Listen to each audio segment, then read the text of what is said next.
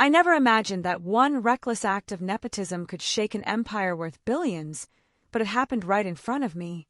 I had given 10 years of my life to the company, long nights, endless meetings, and the kind of dedication that eats into your weekends and birthdays. I wasn't born rich.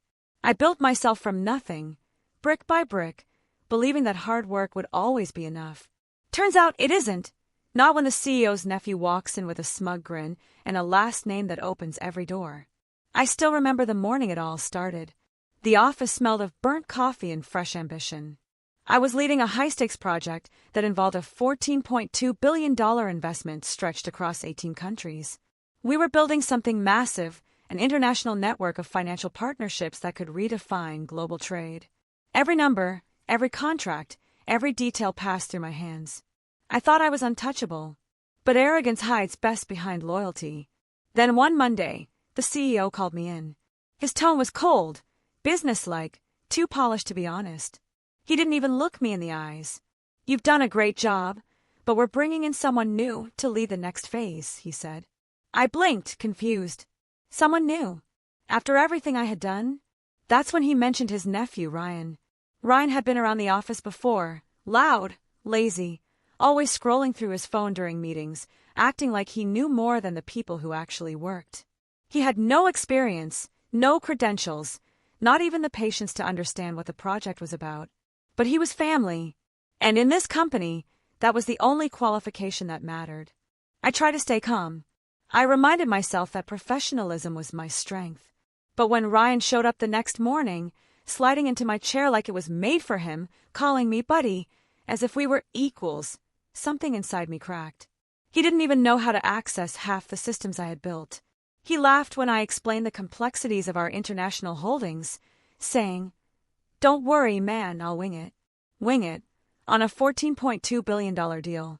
The staff noticed immediately. Some whispered behind his back. Others quietly looked to me for guidance, unsure whether to follow the new boss or the man who had kept the company running for years. For a while, I stayed quiet, hoping he'd prove me wrong. But things started going downhill faster than anyone expected. Deadlines were missed. Documents went unsigned. Ryan's arrogance turned into recklessness. He made impulsive decisions, canceling contracts, redirecting funds, and trying to streamline operations without understanding international finance laws. I watched as weeks of work unraveled before my eyes. And the CEO, he refused to see it. Whenever I raised concerns, he waved them off. "He's learning," he'd say. "Give him time." But time wasn't a luxury we had. The project's financial stability depended on synchronized transactions across 18 countries. One wrong move could freeze billions. And Ryan made plenty of wrong moves. He approved a set of transfers without clearing them through compliance. I warned him, begged him even, but he brushed me off. "Relax, I know what I'm doing," he said, smirking. The next morning, everything changed. My phone wouldn't stop ringing. Our partners in Singapore, Dubai, and Zurich were all reporting the same issue: frozen accounts, halted transactions, and flagged audits. In less than 24 hours, $14.2 billion was locked. 18 countries. Frozen solid. The project was paralyzed. The CEO called an emergency meeting. The boardroom was tense, thick with fear and anger. Everyone looked at me, as if I could magically fix it. Ryan sat across from me, pale and silent for once. The CEO's voice trembled as he asked, "What happened?" I could have told him the truth right then. I could have said, "Your nephew happened," but I didn't. Not yet. I wanted him to see it himself. I spent the next 48 hours digging through the system, tracing every transfer, every authorization, every decision Ryan had made. It was chaos, missing signatures, unverified accounts, and unapproved movement of funds. I was angry, but more than that, I was disappointed. I had built the system to be foolproof, yet it had fallen because of one man's ego. When the first news article broke, I felt a strange mix of dread and relief. Global firm under investigation after $14.2 billion frozen worldwide. The headlines spread fast, faster than we could respond. Reporters camped outside our headquarters, investors demanded answers, and government agencies began their audits. The company's stock plummeted overnight. The empire was collapsing, and the cracks were showing in every direction. Inside the company, panic spread like fire. Some employees started resigning quietly, others turned on each other, desperate to avoid blame. I stayed. I had to. I wasn't going to let my decade of work end in disaster. But every move I made was now under scrutiny. Even my emails were being reviewed. That's when I realized I was the perfect scapegoat. The CEO called me into his office again. This time, there was no polite tone. "We're under investigation," he said, pacing the floor. "We need to find out who's responsible." I looked him in the eyes, waiting for him to say it. And then he did. "Some of the board members believe it was your team that mishandled the transactions." It was like being punched in the gut. Me, the man who built the system, who stayed up nights fixing problems Ryan created. I wanted to scream, but I stayed composed. "You know that's not true," I said quietly. But the CEO didn't answer. He just sighed and looked away. That silence told me everything. That night, I sat alone in my apartment, staring at my laptop screen, replaying every moment of the last few weeks. Somewhere between frustration and disbelief, I opened my private logs, the ones Ryan didn't even know existed. What I found made my hands tremble. Unauthorized logins, deleted records, attempts to shift blame through falsified entries. He wasn't just incompetent, he was covering his tracks. I saved everything. Every file, every timestamp, every digital footprint. I didn't know what I was going to do yet, but I knew one thing for sure: this wasn't over. Nepotism might have replaced me, but it wasn't going to destroy me. Not without a fight. And just when I thought things couldn't get worse, I received an anonymous email at 2:47 a.m. It had one line: "They're coming after you next." I froze. The sender's address was scrambled, impossible to trace. My heart pounded as I scrolled down and saw an attachment, a single document labeled, "Internal Report, Confidential." When I opened it, my stomach dropped. It wasn't just Ryan. There were names, big names. Executives, board members, and international partners, all linked to hidden offshore accounts. That's when I realized this wasn't just about nepotism anymore. It was about corruption at the highest level. The frozen $14.2 billion wasn't just a mistake, it was a cover-up. And somehow, I was caught in the middle of it. The screen flickered once, and then my laptop shut down. The file disappeared. I just sat there in the dark, the hum of the city outside my window the only sound. I didn't know who to trust, or what my next move would be. But I knew one thing: the truth was bigger than any of us. And as I heard a knock on my door, slow and deliberate, I realized the story was just beginning. The knock at the door grew louder, and for a second, I thought about ignoring it. But curiosity and fear have a strange way of working together. I stood up slowly, my heart thudding against my ribs. Through the peephole, I saw a figure in a dark coat, face hidden under a cap. They weren't moving, just waiting. I didn't open the door. Instead, I waited until the knocking stopped. When it did, I stood there for a full minute, listening to the quiet hum of the hallway. Only then did I step back, locking every bolt on the door. Sleep was impossible that night. I kept replaying everything that had happened. The frozen billions, the anonymous email, the corrupted files, none of it made sense. I had spent my entire career believing that data never lies, that numbers tell the truth. But what if the truth itself was being rewritten? I kept thinking about the file I'd seen before my laptop shut down. Those names. Executives I'd had lunch with, board members who smiled at company parties. People I trusted. People who now looked like strangers in my memory. The next morning, I went to work early. The office was quieter than usual. The atmosphere had changed. No more chatter near the coffee machines, no easy laughter in the halls. Everyone was on edge. The investigation had become public. Government agencies were demanding records, and departments were being questioned one by one. The once proud glass walls of our building now felt like mirrors reflecting panic. When I walked past Ryan's office, I saw him sitting there, pretending to look busy. His shirt was wrinkled, his eyes hollow. For the first time, he didn't look confident. I could almost see the weight of what he'd done sinking in. But instead of guilt, there was something else in his expression: fear. Maybe he'd realized the situation was bigger than his careless mistakes. Maybe he knew what I knew, that someone was pulling strings above him. In the conference room, a special task team had set up shop. They were from an external firm brought in to audit our operations. Their presence made everyone uneasy. The CEO walked in a few minutes later, looking older than I'd ever seen him. He avoided my eyes. "We'll get through this," he said, voice shaky. But no one believed him. You could feel it in the silence that followed. After the meeting, I went back to my desk and tried to act normal. My phone buzzed with messages, some from colleagues asking for updates, others warning me to be careful what I said. Then I got a call from an unknown number. I hesitated, then answered. A calm voice on the other end said, "You're not safe at the office.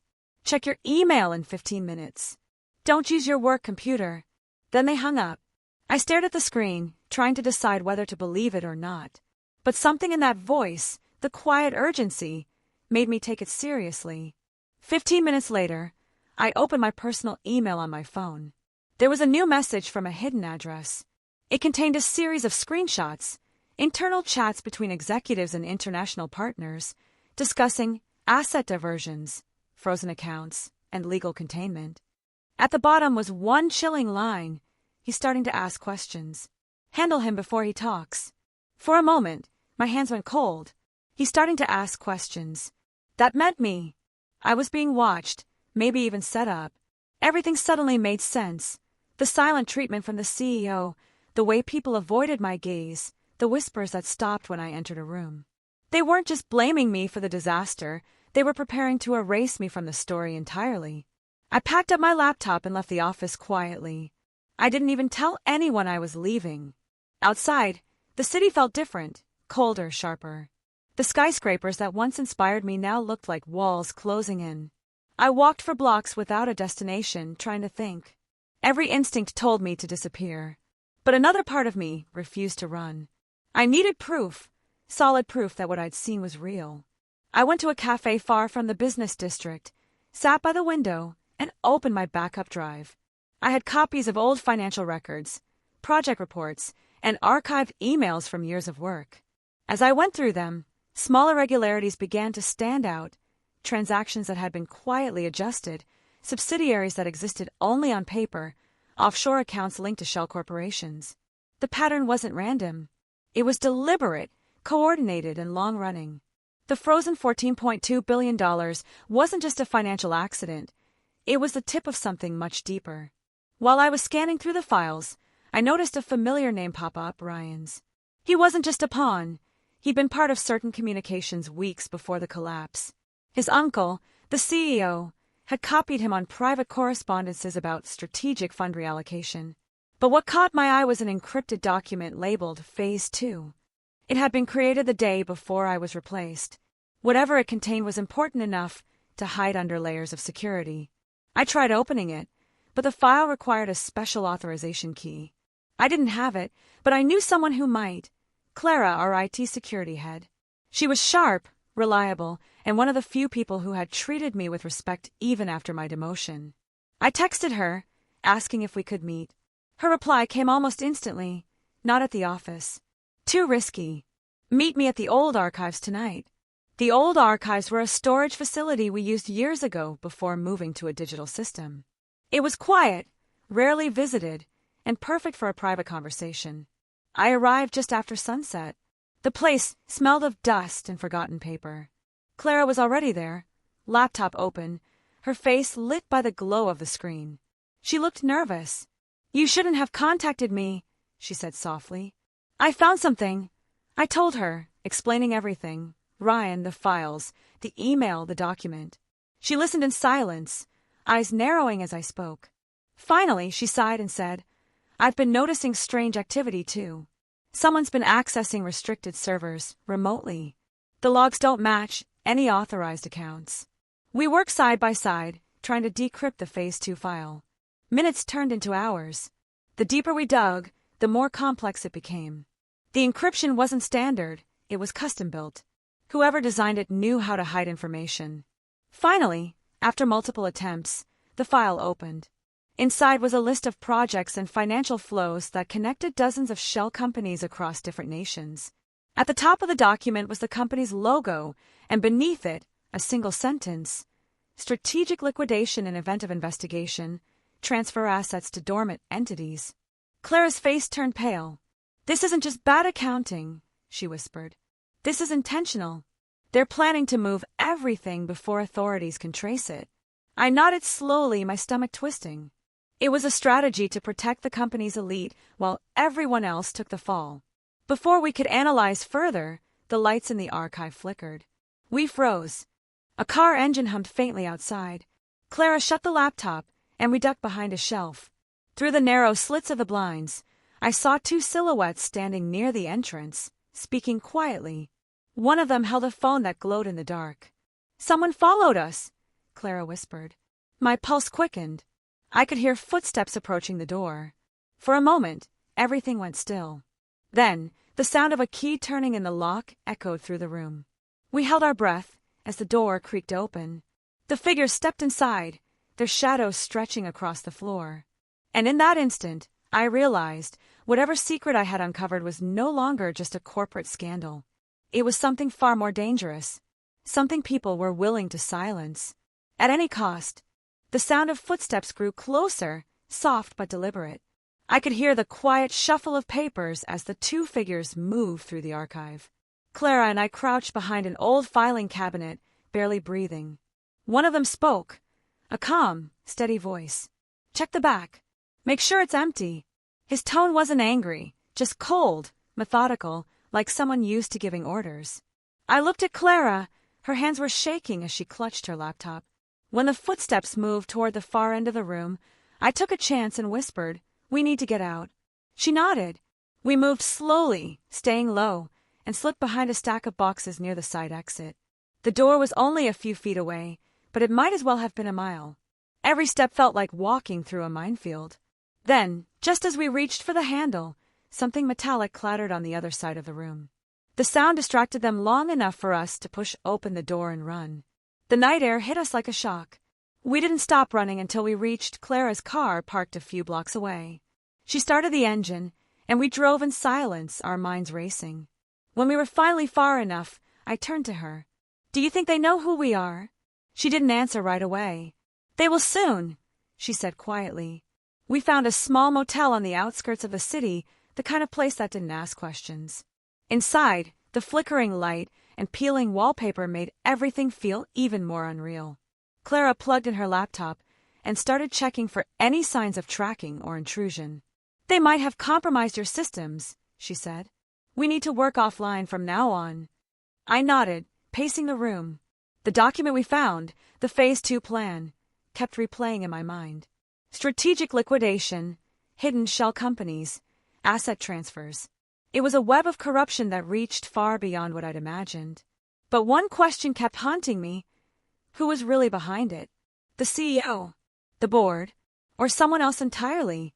As Clara worked, I went through the screenshots from the anonymous email again. The chats hinted at another player, someone referred to only as the broker. Every message that mentioned asset movements or offshore accounts included that name. It wasn't a person I'd heard of before, but the tone of those messages made it clear that the broker had influence.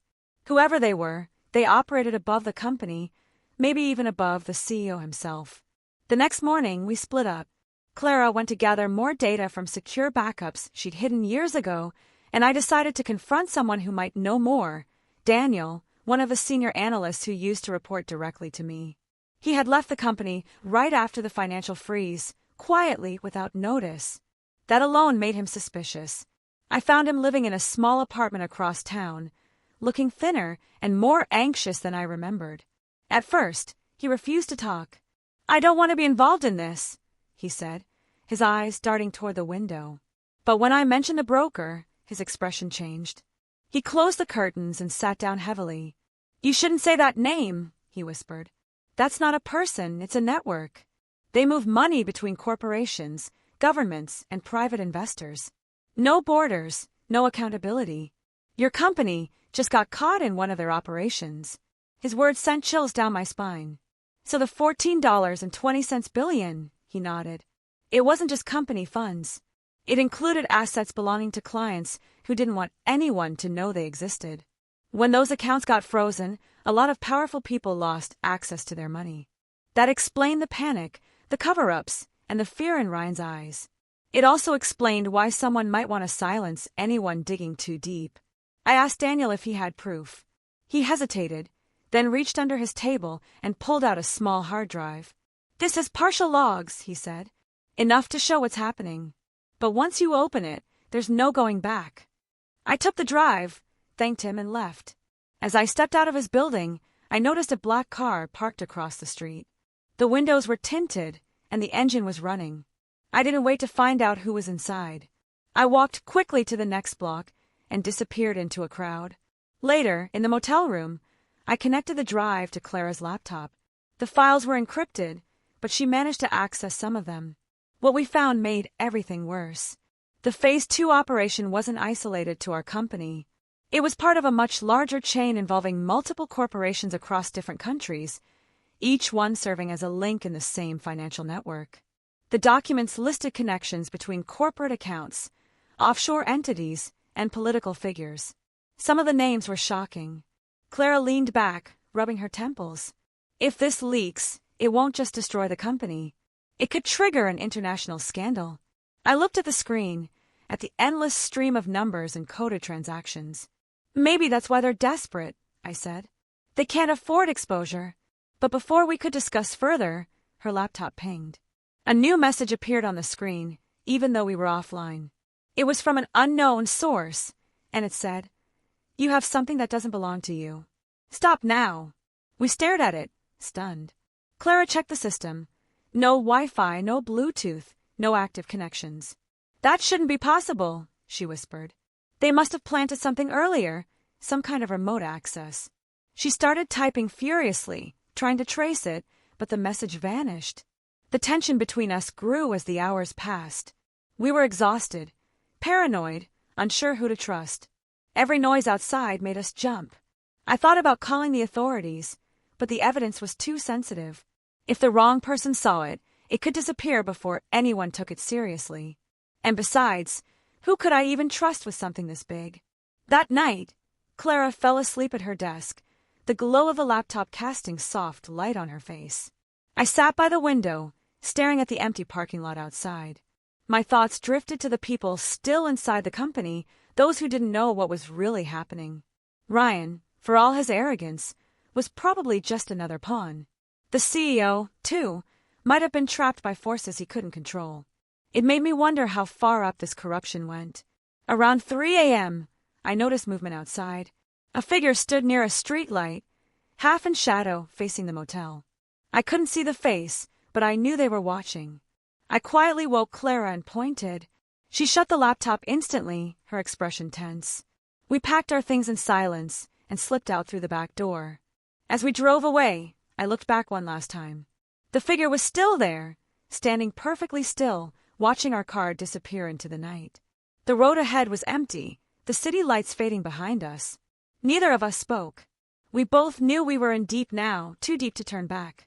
The truth was spreading like cracks through glass, and sooner or later, everything would shatter. But as dawn began to rise, one thought wouldn't leave my mind. The $14.2 billion wasn't just missing, it was being moved. And somewhere out there, someone was pulling the strings. And that someone was still watching. The sun had barely risen when we stopped at a diner off the highway. The parking lot was empty except for a delivery truck, and the neon sign buzzed faintly in the cold morning air. Inside, the smell of coffee and old wood felt strangely comforting after the chaos of the night. Clara ordered 2 black coffees while I sat by the window, keeping an eye on the road. Every car that passed made me tense. I couldn't shake the feeling that we were being followed. Clara slid into the booth across from me. Her face looked tired, her eyes red from lack of sleep. "We can't keep running like this," she said. "We need to find someone who can help before they find us." I wanted to agree, but I didn't know who that someone could be. The company was compromised, the authorities possibly involved, and the people behind this had reach that extended far beyond what we could see. I pulled out the hard drive and set it on the table between us. "This is all we have," I said. "If we lose it, we lose everything." Clara nodded. "We need to make a copy and hide it somewhere safe. Just in case." We found an old computer store a few miles away, one of those small local shops with dusty shelves and humming fans. The owner, an older man with thick glasses, barely looked up as we asked for a few blank drives.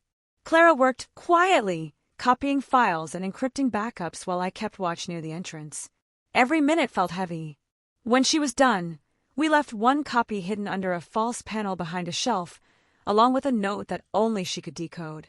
Back in the car, Clara finally said, "We need to confront the CEO. If he's still protecting Ryan, he's part of it. But if he isn't, he might be the only one who can stop this from spiraling further." The thought of going back to that office made my stomach twist, but she was right. The truth had to come out, and it had to start with him. We drove back into the city under the cover of late afternoon. The corporate headquarters loomed in the distance, its mirrored glass reflecting the gray sky. Everything looked the same, but the atmosphere had changed. There were security guards at every entrance, reporters gathered across the street, and the tension in the air felt almost tangible. We entered through the side door using Clara's old access card. The elevator ride up to the top floor was silent. The moment the doors opened, we could hear voices, angry, desperate voices coming from the boardroom. We moved closer. Through the glass wall, we saw the CEO arguing with several executives. He looked exhausted, his suit wrinkled, his hair grayer than before. Ryan was there too, sitting in a corner, his phone clutched in his hand like a lifeline. "I told you to handle this," one of the board members shouted. "We're losing control of everything. The funds are gone, the accounts are frozen, and now there's talk of an internal leak." The CEO slammed his hand on the table. "We're doing everything we can." His voice cracked with frustration. Clara looked at me. "He doesn't know the full truth," she whispered. "He's losing control." We waited until the meeting ended and the room emptied. Then we stepped inside. The CEO turned sharply, eyes narrowing. "You shouldn't be here," he said. His voice was tired but edged with fear. "I think we both know why I am," I said, placing the drive on the table. "You replaced me with your nephew to protect your family, but now you're protecting something much worse. There's a network using your company as a front, and the frozen assets, those aren't just your losses. They belong to people who can destroy you." He stared at the drive but didn't reach for it. "You don't know what you're talking about," he muttered. Clara stepped forward. "We've seen the files. The offshore accounts. The internal communications. Phase 2 was designed to move everything before investigators could find it." The CEO's expression hardened. He walked to the window, staring out at the skyline. "You think I don't know? You think I wanted any of this?" His voice broke slightly. "It's bigger than me. Bigger than this company." "Then tell us who's behind it," I demanded. He turned slowly. "You don't understand. They watch everything. They know where we are, what we say. If I talk, we all disappear." The silence that followed was heavy. Then, unexpectedly, Ryan spoke. "He's right." His voice was barely above a whisper. "Uncle tried to stop them once. That's why they froze the money. It was a warning." I felt a chill crawl up my spine. "A warning from who?" Ryan looked at the CEO, then back at us. "The broker isn't one person," he said. "It's a collective, a system of people who manage shadow funds for governments, corporations, and others. We got caught moving money that didn't belong to us. When they found out, they took everything. The $14.2 billion was theirs." Clara's voice trembled. "So all of this, everything that happened, it was retaliation?" The CEO nodded slowly. "And now they're cleaning up their mess. That means anyone with evidence." His words trailed off. Before he could finish, the office phone rang. He froze, staring at it as it rang once, twice, 3 times. Then he picked it up. His face went pale. "Yes," he said quietly. "I understand." He hung up without another word. "What was that?" I asked. He didn't answer. Instead, he walked to his desk, opened a drawer, and handed me a small envelope. "You need to leave," he said. "Both of you. Right now." "What is this?" "It's a key," he said, "to a storage unit downtown. Everything you're looking for is there. But once you take it, you'll be on your own." Clara and I exchanged glances. Before we could say anything else, the building alarms suddenly blared. Red lights flashed across the hallways, and the intercom crackled to life. "All personnel, please evacuate immediately." The CEO's face turned white. "They found us," he whispered. We ran. The hallways were chaos. Employees rushing for the exits, security guards shouting orders. The sound of sirens filled the air. I glanced back and saw Ryan standing in the doorway, watching us leave. For a moment, our eyes met. There was regret in his expression, and something else, fear. Clara and I made it to the stairwell just as the power flickered. The emergency lights glowed dimly, casting long shadows down the stairway. Somewhere below, I heard the sound of doors slamming and heavy footsteps echoing upward. Whoever was coming wasn't part of the evacuation. We pushed through the lower floors and burst into the parking lot. Smoke was rising from somewhere behind the building, and people were scattering in all directions. Clara gripped the key in her hand. "We have to get to that storage unit," she said, breathless. We got into the car and sped away, merging into the stream of traffic. My pulse was racing, my thoughts tangled. The CEO's warning echoed in my mind. Whoever they were, they had reached us already. As we drove through the city, I looked out the window and caught sight of a black SUV a few cars behind us. Its headlights stayed locked on our lane, no matter where we turned. "We're being followed," I said. Clara didn't speak, but her hands tightened on the wheel. The tension in the air was unbearable. Every streetlight felt like an eye watching us, every shadow like a trap waiting to close. We were carrying the truth, something powerful enough to bring down corporations and governments. And now, someone was closing in to make sure we never used it. When the road split, Clara swerved suddenly onto a narrow alleyway. The SUV followed. The sound of its tires screeching on the pavement echoed in the night. We raced toward the city's industrial district, where old warehouses stood silent and abandoned. Then, just as the SUV gained on us, a sudden explosion of headlights blinded us from the side. Another vehicle cut us off, forcing Clara to slam the brakes. The car skidded to a stop. Before we could react, doors flew open, and several figures stepped out. For a moment, everything was still. The only sound was the hum of engines and the beating of my heart. Then one of the figures moved closer, holding out a hand. "We need to talk," he said. His voice was calm, confident, too familiar. When he stepped into the light, I felt my stomach drop. It was Ryan, and the look in his eyes told me the truth we'd uncovered was only the beginning. The air between us felt sharp, like the silence carried its own weight. Ryan stood just a few feet away, his face pale under the flickering streetlight. Behind him, the black SUVs idled, engines humming low, a warning that we weren't going anywhere.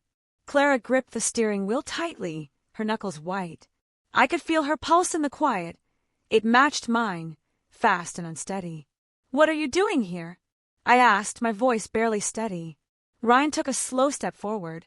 "You need to come with me," he said, his tone soft but firm. "It's not safe out here." I laughed bitterly. "Safe? After everything you caused? After the billions froze? After your uncle's company started collapsing? After people's lives were ruined? You show up here telling us it's not safe." He didn't flinch. "You don't understand. None of this happened the way you think." Clara opened her door halfway, ready to run if she had to. "Then explain it," she said coldly. "Because from where we're standing, you look like the one who destroyed everything." Ryan looked around nervously, then gestured toward a nearby warehouse. "Not here. They're tracking us. Please, just 5 minutes. After that, you'll never have to see me again." I didn't trust him, but there was something in his eyes, a mix of fear and desperation, that made me hesitate. He wasn't the same careless, spoiled nephew who had taken my job. Something had changed. I nodded slowly. Clara shot me a look, but followed when I stepped out of the car. We entered the warehouse through a side door. It was dark, the air thick with dust. Ryan pulled a small device from his pocket and waved it around. A soft green light blinked. "Signal jammer," he said quietly. "We're off-grid now." "Start talking," I said. He took a deep breath. "The broker isn't what you think. It's not just a network, it's a control system. They don't just move money, they control it. Every major corporation, every international fund, every government-backed project, they all go through the same hidden channels. The $14.2 billion that got frozen wasn't stolen. It was rerouted." Clara frowned. "Rerouted to where?" Ryan's eyes darted toward the shadows. "To prepare for something called Project Dawn. It's a restructuring of global financial power. The collapse of our company was just the first test to see how markets react when massive capital flow gets cut off. My uncle tried to stop it, but once I took over, I realized he was already trapped. So was I. I felt a chill run down my spine. You're saying this entire scandal was planned? Yes, Ryan said quietly. The investigations, the audits, the frozen accounts, they're distractions. The real money isn't gone. It's being consolidated under a new entity, one that doesn't officially exist. Clara leaned forward. Then why come to us? Why now? Ryan looked at me. Because they think you still have the only copy of the unaltered data logs. They want it, and they'll erase anyone standing in their way. I glanced at Clara, realization sinking in. The CEO, he gave us the key to the storage unit. That's where the real data is, isn't it? Ryan nodded. Yes, but it's not just evidence, it's leverage. Whoever controls that data controls the entire operation. That's why they're coming after you. Before I could respond, a sound echoed from outside, the distinct crunch of tires on gravel. Ryan froze. We have to move. Now. We ran toward the back exit, but before we reached it, the warehouse lights snapped on all at once, blinding us. A dozen figures stepped out from the shadows, dressed in dark suits, moving with precision. In the center stood a woman with sharp eyes and a calm expression. She looked out of place, too composed for a situation like this. Ryan, she said, her voice smooth and unhurried. You've made this more complicated than it needed to be. He stiffened. You shouldn't be here. She smiled faintly. You know how this works. Once the cleanup starts, there's no stopping it. I stepped forward, instinctively shielding Clara. Who are you? Her eyes met mine, and for a second, it felt like she could see right through me. Someone making sure the world keeps spinning, she said. You've wandered into something you don't understand. That drive you're carrying doesn't belong to you. Clara's grip tightened on her bag. And what happens if we refuse to hand it over? The woman didn't answer immediately. Instead, she nodded toward one of her men, who placed a briefcase on the ground and opened it. Inside were stacks of documents, contracts, account ledgers, signed authorizations. My name was on several of them. So was Clara's. These are your files, she said. Everything needed to make you the face of a scandal. Fraud, embezzlement, data tampering. Once we release this, no one will believe a word you say. I felt my breath catch. You're framing us. Not framing, she corrected gently. Redirecting blame. It's cleaner that way. Ryan stepped forward. Stop this. They had nothing to do with it. Her expression didn't change. You've always been naive, Ryan. That's why you were useful. The tension snapped. Clara reached into her bag, pulling out the hard drive, and tossed it across the floor toward the woman. That's not the real one, she said. But it'll keep you busy. Before anyone could react, Ryan grabbed my arm. Run, he shouted. We bolted through a side door, sprinting into the alley behind the warehouse as shouts erupted behind us. Clara was right behind me, clutching the key the CEO had given us. We ran until the warehouse was out of sight, lungs burning, the sound of distant engines echoing through the night. When we finally stopped, Ryan leaned against a wall, gasping for air. They'll find us again, he said. They always do. I looked at Clara. The storage unit. It's our only chance. She nodded, wiping sweat from her face.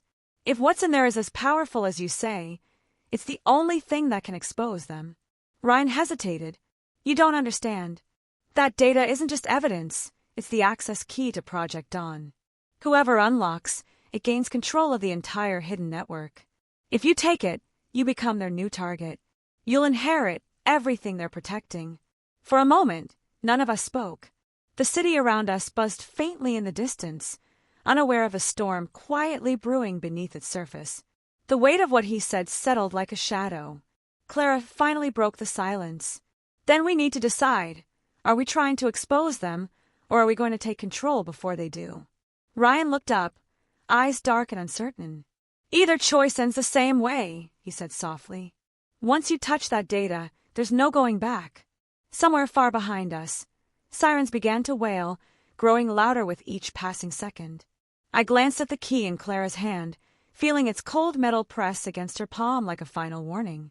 The truth was out there, waiting to be uncovered, but the closer we got, the more dangerous it became.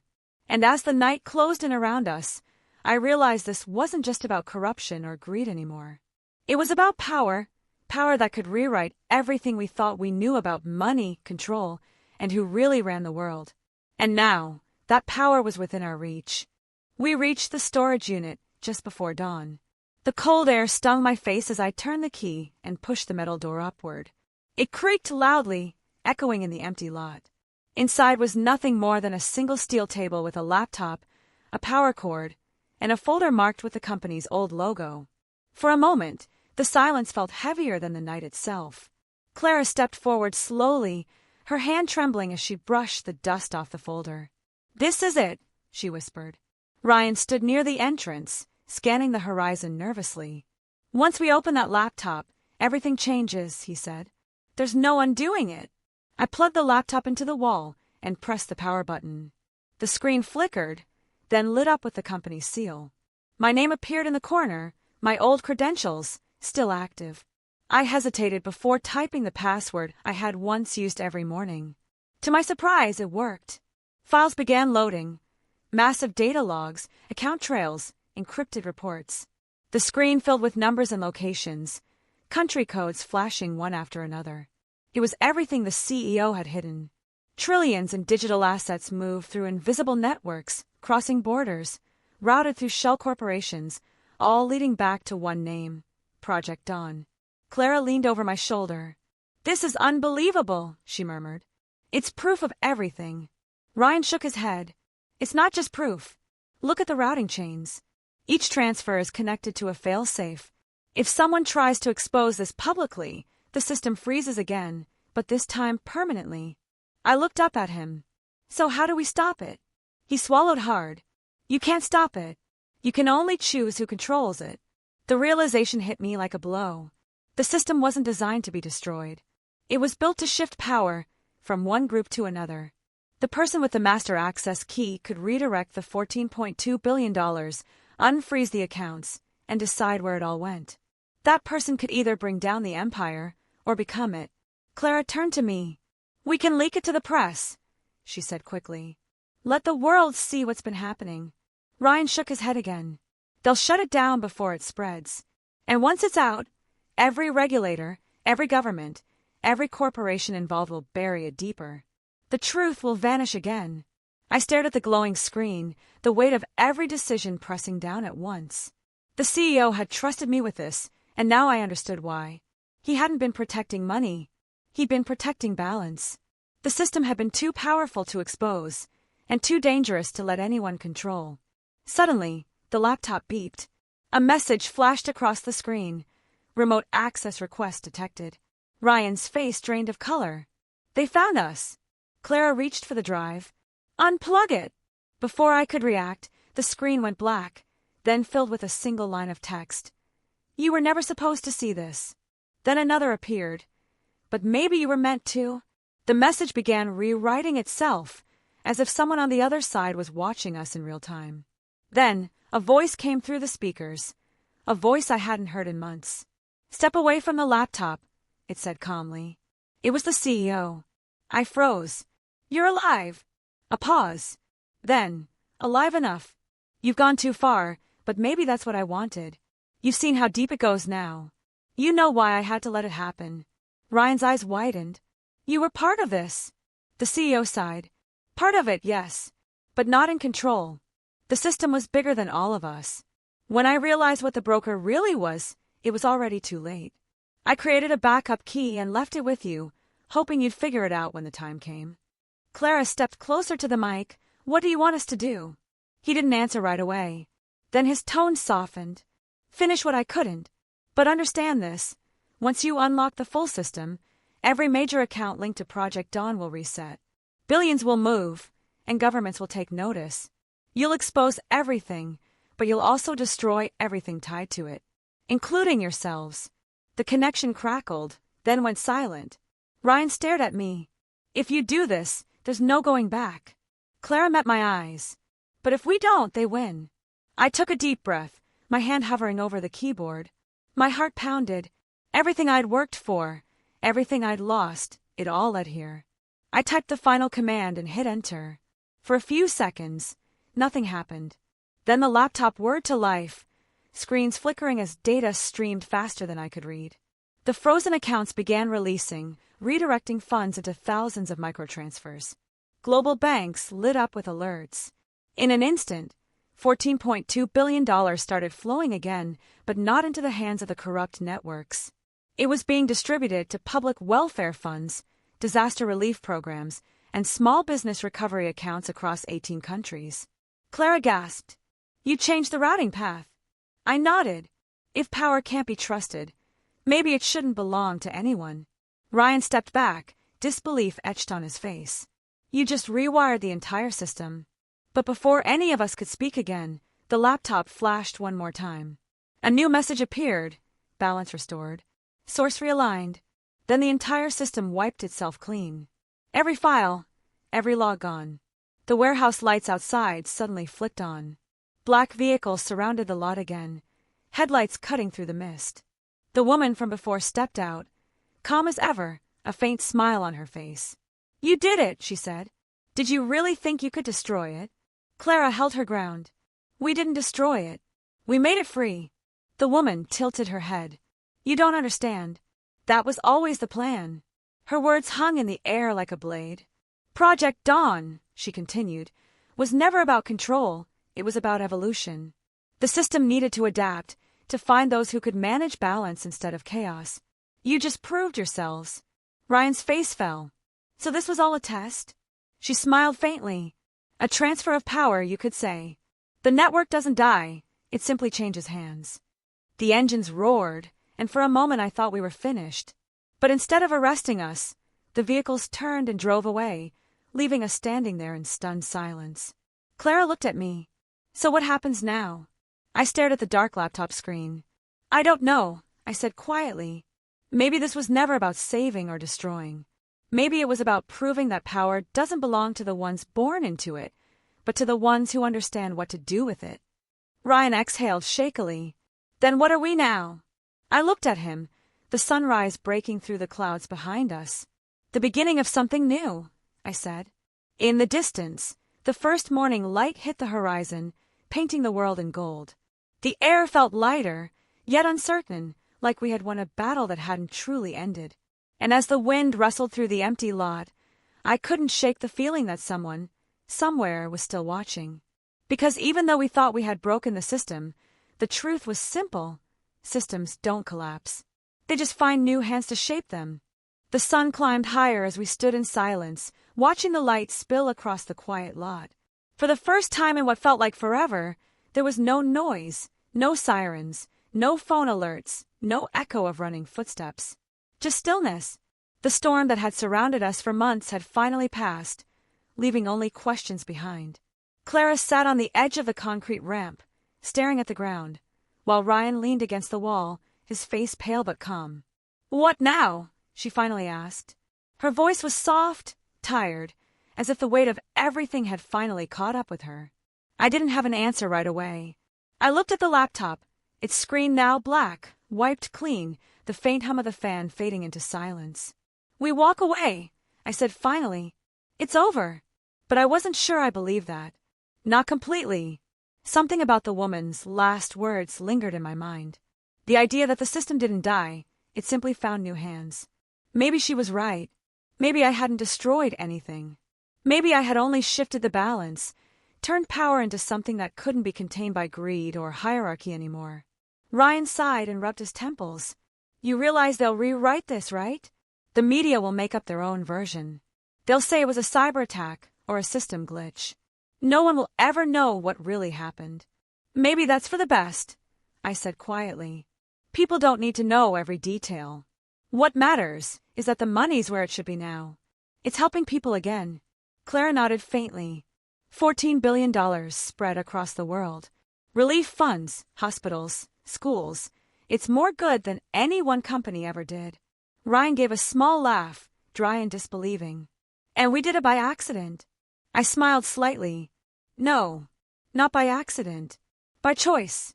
For a while, none of us spoke. The morning air smelled faintly of rain, and the sound of distant traffic returned, reminding us that the world kept moving. Life didn't stop, even after the biggest storms. Eventually, we left the lot. The three of us walked in silence until we reached the main road. Ryan stopped there, turning to us. "I'm not going with you," he said. "If I stay, I'll just bring more trouble. They'll come for me first." "Where will you go?" Clara asked. He shrugged. "Somewhere they won't look. Maybe I'll find a way to start over. Maybe do something that matters this time." I reached out and shook his hand. "You already did," I said. He gave a faint smile, then walked away, disappearing into the haze of morning light. Clara and I watched him until he was gone. We didn't talk much on the drive back. The roads were quiet, the city slowly waking up around us. Everything looked the same, but I knew it wasn't. The balance of power had shifted, even if no one could see it yet. The corrupt networks that had built empires on secrecy were exposed, even if the world didn't realize it. The system might still exist, but for the first time, it wasn't in the wrong hands. When we reached the outskirts of the city, Clara pulled over near the bridge. The river below shimmered in the sunlight. She turned to me. "You think they'll ever come after us again?" I looked out the window, watching the water move steadily beneath the bridge. "Maybe," I said. "But if they do, it'll be because they're afraid of what we know. And that means we did something right." She smiled, faint but genuine. "You know, when this started, I thought it was just about losing your job. I didn't think it would lead here." "Neither did I admitted. But maybe it had to happen. Maybe nepotism and corruption only collapse when someone finally refuses to play along." She nodded slowly, looking thoughtful. "And the CEO, do you think he planned all of this?" I hesitated. I think he saw what was coming.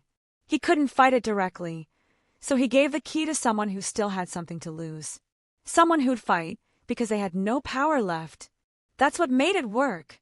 She was quiet for a while, then said softly, "He chose right." We sat there for a few more minutes, letting the calm wash over us. Then she started the car again and drove us toward the city skyline. For the first time in a long while, I felt something I hadn't felt in years: peace. Days turned into weeks.